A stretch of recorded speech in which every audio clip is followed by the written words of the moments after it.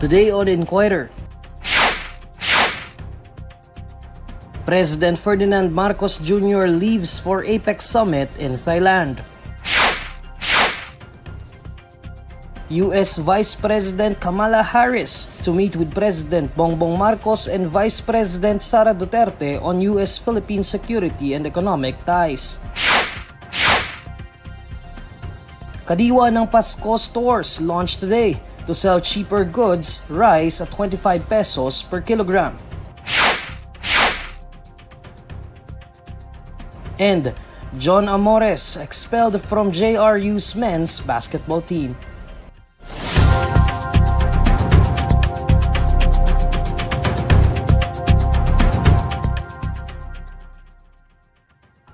Good evening.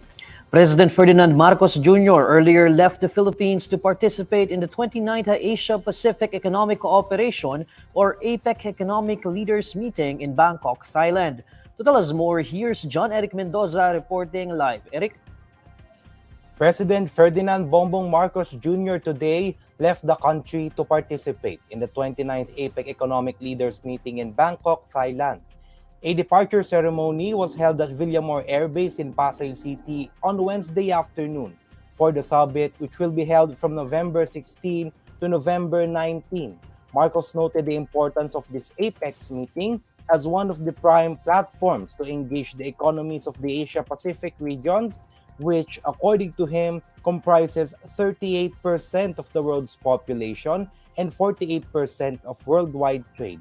The chief executive will raise the issue of food security, energy security, and climate change mitigation during the meeting.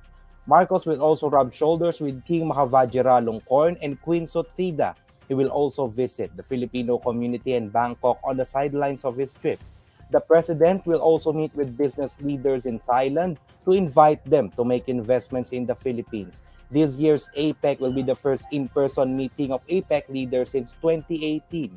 In a related development, Marcos and Vice President Sara Duterte will also meet U.S. Vice President Kamala Harris in Manila during her visit to the country from November 20 to November 22. Harris will arrive in Manila on Sunday evening after her participation in the APEC summit in Bangkok. A senior U.S. administration official said Harris seeks to strengthen the security alliance and economic relationship between the United States and the Philippines.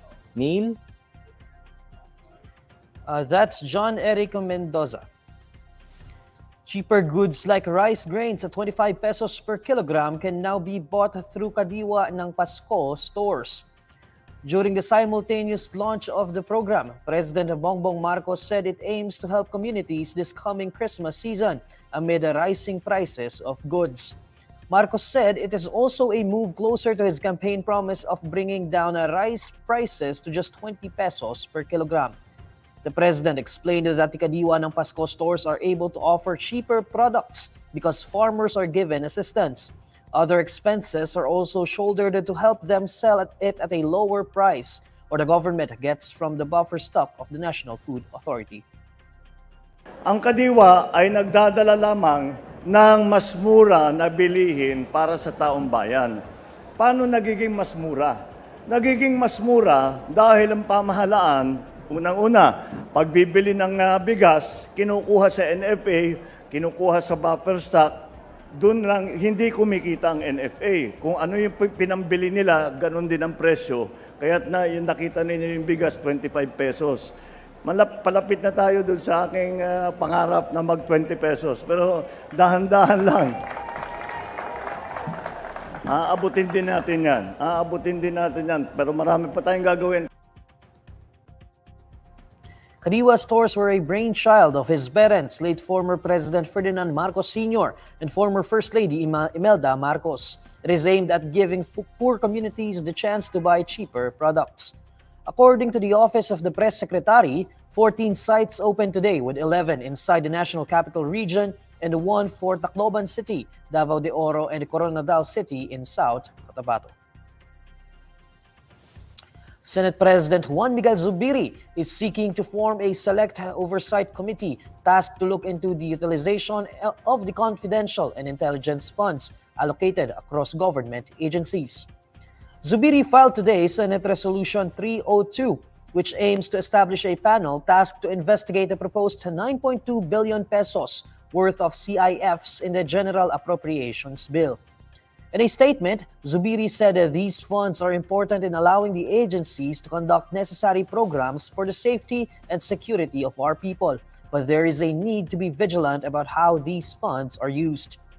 The committee will be chaired by the Senate President, and it will be composed of 3 members representing the majority and 1 from minority. With this in mind, Zubiri noted that the committee is the Senate's way of subjecting these funds to checks and balances. The CIFs in the proposed 2023 national budget have been the subject of scrutiny over the past months, as several members of Congress questioned the need for it, particularly in the offices of the President and the Vice President.